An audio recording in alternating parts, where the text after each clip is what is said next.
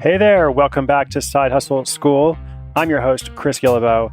Today's story is about a former engineer who loses in Las Vegas and redesigns the trajectory of her life, creating an impressive hustle all along the way.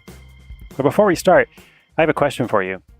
What does it mean to be intentional about your life? For me, it means living by certain values. The values of adventure and exploration, creativity, being motivated to produce, to make something. Your intentional life may be very different than mine. But for the past 8 years, I've written a blog called The Art of Nonconformity, which is all about encouraging people to live intentional lives and shining a spotlight on how different people do that in different ways. Side Hustle School is the next iteration of that because, as you know by now, when you earn income from more than one source, you gain more independence. You have more options and more possibility. Even if you love your job, you never want to leave it. There's no downside to having a side hustle. And the only downside to having an intentional life in general is that it's really hard to go back to anything else. Once you realize, wow, I really am in control of my own destiny. My future is up to me. You really are forever changed. And the story you're going to hear today reflects this mindset. The person who started the hustle calls it the Inertia Project. And in creating it, she actually transformed her own life as well. So I hope you find it inspiring and meaningful. And I'll tell you about it in just a moment.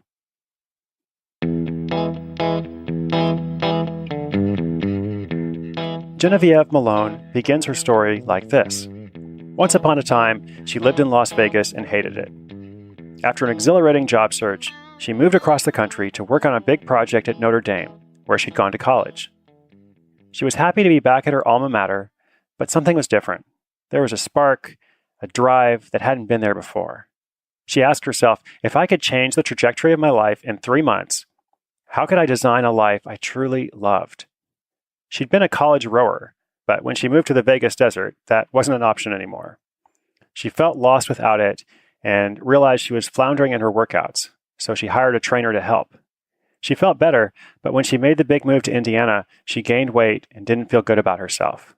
In fact, that feeling is what bothered her the most.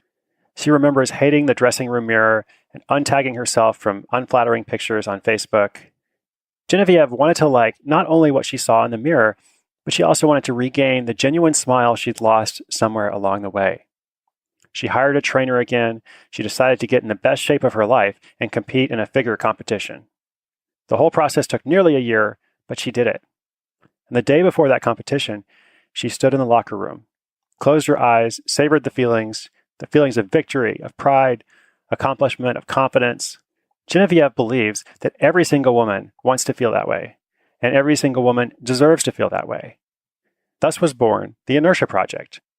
After abandoning a couple of earlier ideas, she focused on fitness.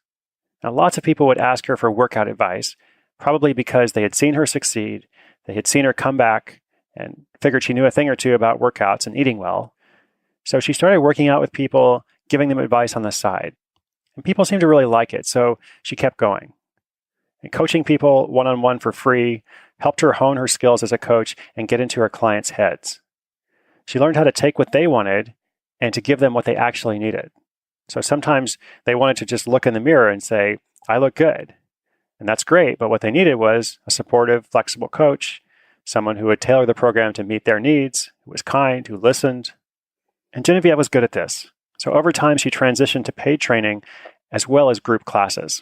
Genevieve tells a story of how it's hard to change, but when she's the positive nudge, people are willing to try things they don't think are possible. For example, one of her clients saw her doing pull-ups, and Genevieve encouraged her to hop up and try one. It was tough, and at first the client objected, but then she did it with nearly zero help. Her client hopped down with a look of pride and confidence in her eyes. In 6 seconds, she'd proved herself wrong, and there was a slight but perceptible shift in how she held herself. Stories like that are why Genevieve does her hustle, and there are real results for her too. At the time we spoke, the business side of things was still being developed, but she was pulling in around $1,000 a month, $950 to be precise, from her one-on-one clients. She had also started a group program called Body Launch that offers a 6-week home-based exercise program with community support and continual interaction.